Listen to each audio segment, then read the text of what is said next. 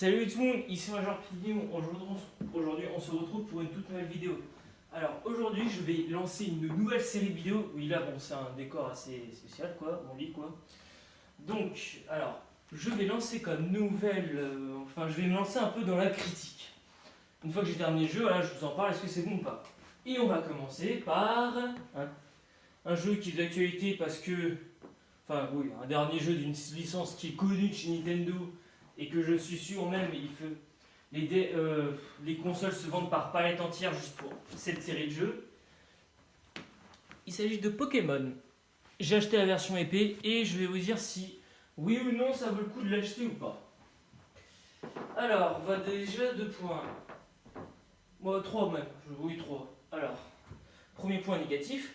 Enfin, premier point sera tous les points positifs. Deuxième point, tous les points négatifs. Et troisième point sera à peu près tous les points. À peu près. Comment je pourrais dire avis. Alors, le premier point positif dans le jeu.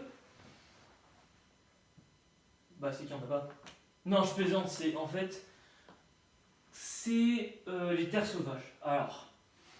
Moi, quand j'ai vu qu'il y avait des terres sauvages, je me suis dit, trop bien, je vais pouvoir. On va aller, voilà, on va pouvoir aller attraper plein de Pokémon. Et on va les voir vraiment, quoi. Bon, comme dans Pokémon Go, quoi. Les Pokémon, tu les vois, ils sont modélisés, quoi. Et ils bougent, les petits. Voilà, les Pokémon. Bon, les terres sauvages, est-ce que j'étais déçu? Oui et non, parce que je pensais que les terres sauvages, ça allait remplacer carrément toutes les routes. Route 1, route 2, route 3. Mais bon, non. Bah oui, non. Bon, j'ai mal vu moi, je me suis trop focalisé là-dessus et j'ai été carrément aveugle. J'ai pas vu tout ce qui était générique. Ouais, quand on voyait les bandes annonces, j'ai pas vu les routes. Bon, ça, c'est personnellement de ma faute. Après, les Dynamax et Gigamax, oui, c'est un point positif parce que ça change. Qui n'a jamais rêvé de voir un Pikachu immense? Bah voilà, là au moins vous l'avez. Après, le troisième point positif, c'est que. Alors, c'est qu'il y a des challengers. Ah, ça, c'est pas mal, les challengers là. C'est qu'à la fin du jeu, on doit affronter tous les des challengers pour pouvoir gagner le droit de pouvoir combattre le maître. Alors, ça, c'est ce qu'il fait dans la série Pokémon animée. Et ça, c'est plutôt pas mal parce qu'honnêtement, voilà. C'est bien, au moins, c'est un peu réaliste comparé à la série. Et que le Conseil 4, c'est bien, mais au bout d'un moment, c'est bon, au bout de 20-30 ans, non, pas 30 ans, mais au bout de 20 ans d'avoir tout le temps, je sais même pas comment c'est. Bref, on va dire 20-30 ans, d'avoir tout le temps le Conseil 4 à la fin, c'est bon, au bout d'un moment, c'est un peu chiant, quoi. Et alors ça par contre, pour moi, c'est un gros point positif. Pour moi, ça, c'est vraiment le point positif qui change tout. Quand on va combattre le maître, et une fois qu'on l'a battu, là, dans le jeu, on t'appelle maître. Quand tu vas voir quelqu'un, il dit bonjour maître. L'infirmière journée, c'est bonjour maître. Le marchand de Pokémon, bonjour maître. C'est bien. Franchement, pour moi, c'est bien. C'est cool, honnêtement. C'est bien. Après, un autre point positif pour le jeu, c'est que d'abord, on va attraper le troisième Pokémon après le légendaire qu'on a choisi au bout du jeu, quoi. La jaquette, quoi. Bon, alors quand je dis le troisième Pokémon, c'est par exemple dans Ruby Omega Saphir Alpha, ou dans Ruby Saphir si vous voulez. D'abord, on va choper Groudon, ou Kyogre, et après, on va choper Rayquaza. Vous voyez, c'est ça. C'est celui qui est entre les deux, qui barre la route, quoi. Que c'est les deux qui va péter la gueule aux deux autres, quoi. Enfin, voilà, je prends un exemple. C'est bien aussi, voilà.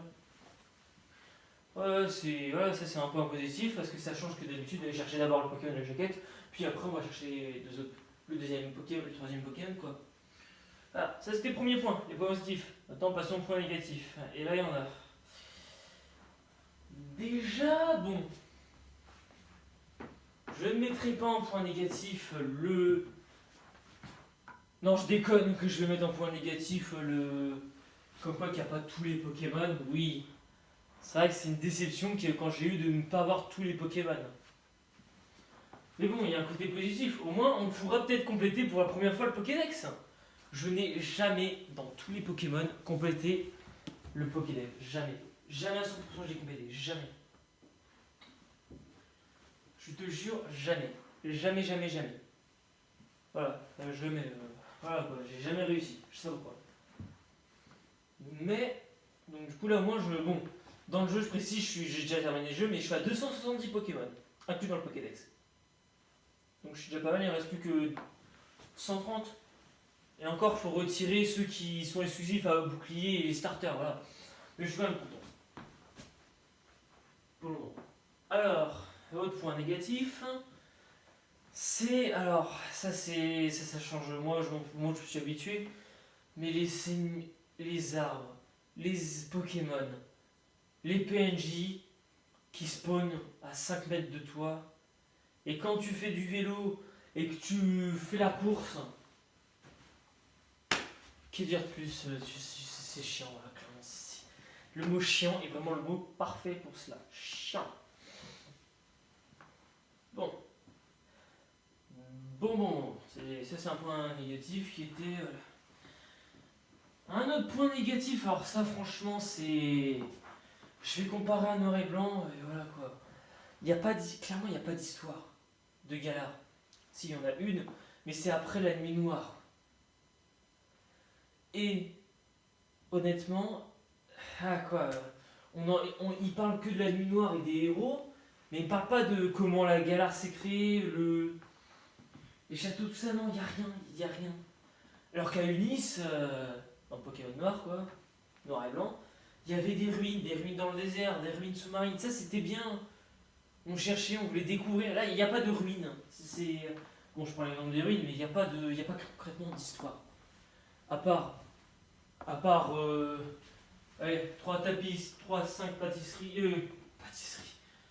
tapisseries, excusez-moi, 2 statues et 2 fresques, 2 peintures, bon, 2 monuments, c'est pauvre. Clairement, c'est pauvre. C'est très pauvre. Bon, alors, un autre point négatif, si on a beaucoup quand même, c'est ils sont pas foulés comparés à Soleil et Lune. Parce que les Gigamax, bon, les étoiles vœux qui permettent de transformer les petits Pokémon en Megamax ou Gigamax, non, Dynamax, excusez-moi, je sais pas pourquoi. Honnêtement, comment vous dire, ils viennent tous de Eternatus. Voilà. C'est des morceaux de son corps. Et qu'est-ce qui se passe dans Soleil et Lune? Ah bah les cristals Z et les bracelets Z, proviennent de quoi? De Necrozma. Du Pokémon du troisième. Troisième Pokémon légendaire. Pas besoin de réfléchir, voilà. Voilà. Bon, alors pour moi par contre, autre point négatif, mais très négatif franchement, quand j'ai vu ça, ça m'a carrément dégoûté. Dans Pokémon, ce Rubis, épée et bouclier, il n'y a que 2 Pokémon légendaires par version. En nombre, je parle en nombre. 2 Pokémon légendaires. 2. Si, 2. Celui-là et Eternatus. Il n'y a pas de nouveaux Pokémon. Il y a juste 3 pauvres nouveaux Pokémon légendaires. Oui. Que dire plus, sachant quand même que, allez honnêtement, Zamenta et Zacian sont tous les deux, ils se ressemblent beaucoup. Que dire plus, voilà, 3, 4, allez, 4 total si tu comptes les versions dont 2 fois des grosses. Eternatus, mais franchement c'est pauvre. Alors oui, exactement, les gens pourraient me dire, ouais, mais dans les Grecs, il y avait 3 Pokémon légendaires, uniquement légendaires nouveaux. Oui, sauf que, il y avait Mewtwo, il y avait Elector, Sulfura, Articodin. Il y avait déjà 4 Pokémon légendaires en plus. Mais là, il y en a que 2, il y en a que 2, franchement, il y en a que 2. Certes, peut-être un jour, ils feront une mise à jour et ils incluront les Pokémon de Soleil et Lune et de Noir et Blanc, parce qu'on a retrouvé dans le fichier ces Pokémon-là. Mais voilà, c'est pauvre. Franchement, c'est un des trucs qui m'a plus dégoûté, franchement, quand j'ai vu ça. Non, parce que dans Ruby Mega et Saphir Alpha, bon, ce sont les derniers Pokémon que j'ai fait, j'ai pas fait Soleil et Lune. Je m'étais régalé quand j'essayais de trouver tous les Pokémon légendaires. Et là, il y avait un paquet, il y avait tous ceux de la première. Non, pas la première génération. Mais il y en avait ceux de la deuxième, troisième logiquement, quatrième, cinquième. Ah, c'était bien, il y avait carrément. Il y avait 3 générations de Pokémon dans mon truc. Dans ma 3DS. C'était bien. Non, là, non, voilà. Limite, 3 pauvres Pokémon légendaires, voilà, ça c'est bien. Voilà. Alors, maintenant, mon avis. C'est le 3e point. Est-ce que c'était un bon jeu? Oui. Est-ce que c'est un bon Pokémon? Non. C'est un bon jeu, mais c'est pas un super Pokémon. Limite, en bon jeu, je mettrais 15 sur 20, mais en Pokémon, mais en point Pokémon, je mettrais que 10 sur 20. Donc, si je devais lui mettre la note, je lui mettrais honnêtement la note de 13 sur 20. Parce que c'est quand même un bon jeu, mais c'est pas un bon Pokémon.